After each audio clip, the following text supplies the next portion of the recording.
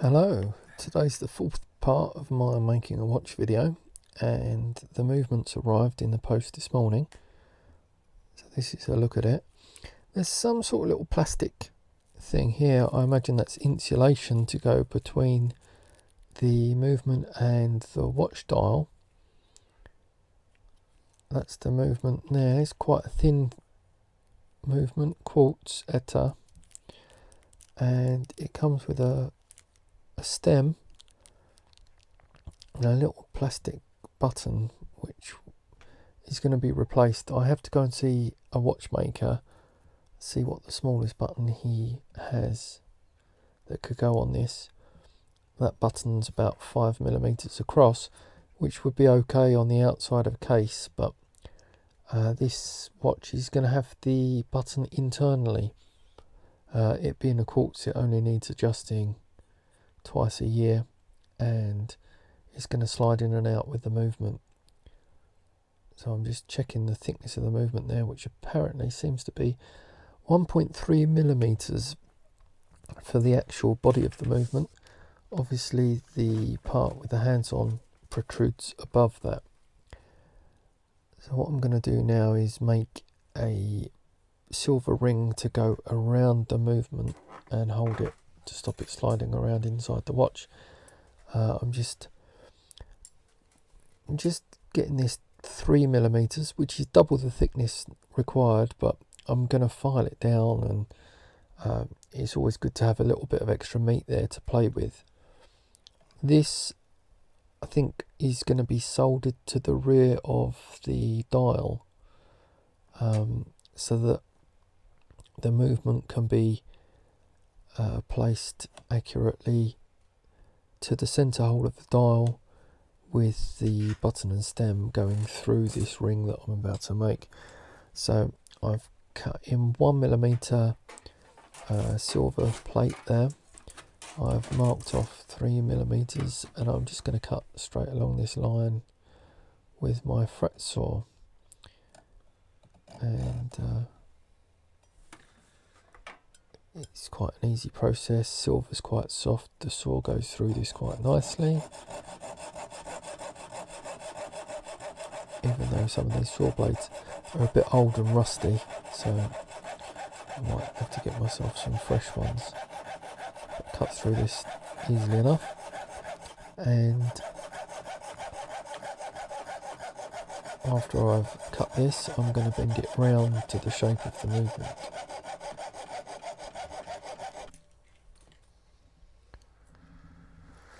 So I have my movement sitting in front of me, and that's the piece of metal I've just cut. Now you might notice that the metal looks quite blue. That's because they place a plastic film on the front and the back of sheet material sometimes to protect them from being scratched while you're working on them. So I'm just noting the slight curve to the edge and trying to bend it accurately. I'm going to take the plastic covering off. Obviously you can't solder with the plastic covering on, it will melt, make a right old mess, and I'm just trying to judge where the corners are. And this is the kind of thing where you just have to keep offering it up, seeing how it needs to be adjusted, bending it a little bit more.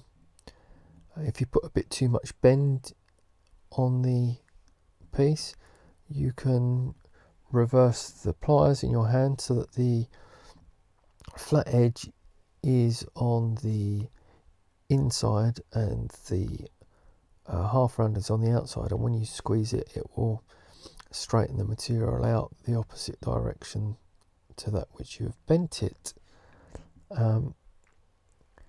This is obviously too long, it's longer than the circumference of the movement, so I'm going to have to cut it off.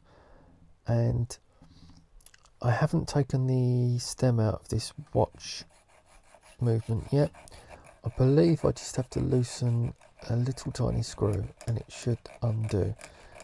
Some of these buttons and stems, you can put the end of a tweezer into it and that will release the button and stem. This one appears to have a tiny little screw there, and I don't want to risk losing the screw at the moment, so I'm working around that for the time being. So I've just cleaned up the end there where I've cut it, and there we go. You see that the movement is fitting just about on the inside of that. A little bit on the tight side perhaps. And when I bend this round, I'm going to have to cut this piece too. I did think about just leaving a gap so that the button stem can slot in and out, but I believe I'm going to keep it as a solid ring and drill a hole for the button stem to go through. This is going to help anchor the movement inside the watch. I'm not sure if any further anchoring is going to be required. But there we go, we're getting pretty close to the shape.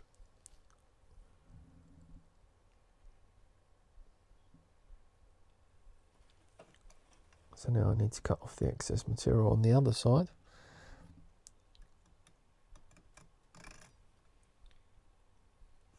You would think that pliers would be a better way to hold something than in your fingers, but sometimes they slide around in the pliers more so than in your fingers. Just having a couple of attempts here before I decided that the best way to do this is to actually cut it from the inside outwards, which is easy enough because I can just slide the blade through the little gap like so and cut it that way, getting it fairly accurate.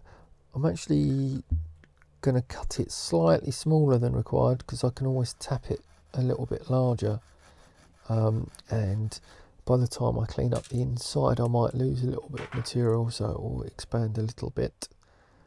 Just cleaning up the cut there, and I'll get these to sit nicely against each other before soldering. And the other bits that I've soldered so far have been lighter than this, and my torch is really not suitable for soldering anything heavy. I noticed when I soldered this that it took a long time to get the heat into the material. Silver conducts heat very well also, so a lot of the heat escapes away from into the tweezers and throughout the silver material. But now that I'm fairly happy with the way that that's sitting, I put it in my tweezers, a bit of flux on there, as you know the routine by now. Then I've cut a little bit of solder, pick the solder up with the brush, put that on the top, so it's sitting on the join, and then spark up the torch. And I've edited out a bit of this because, as I say, it took a little while to heat it up. I will be getting a decent torch at some stage. I'm gonna need to go and get some extra material too. Now that I know the thickness of the movement, I can judge that the actual watch is either going to be 6.2 millimeters or 5.7 millimeters thick. That's not including the glass on the outside. The inside of the sleeve is either going to measure 4.5 millimeters or 5 millimeters. I'm not quite sure yet. I have to find out what size the button, the crown's going to be. And see, I'm just tapping this flat. I I'm not worrying that it's slightly tarnished from the heat. I'm not even going to pickle it because I'm going to buff this all over, so it's going to be clean by the time I finish with it. And it's going to need soldering to the back of the dial as well, so it's going to get messy again anyway. Just going to clean it up, and that's about it for today. Thanks for watching.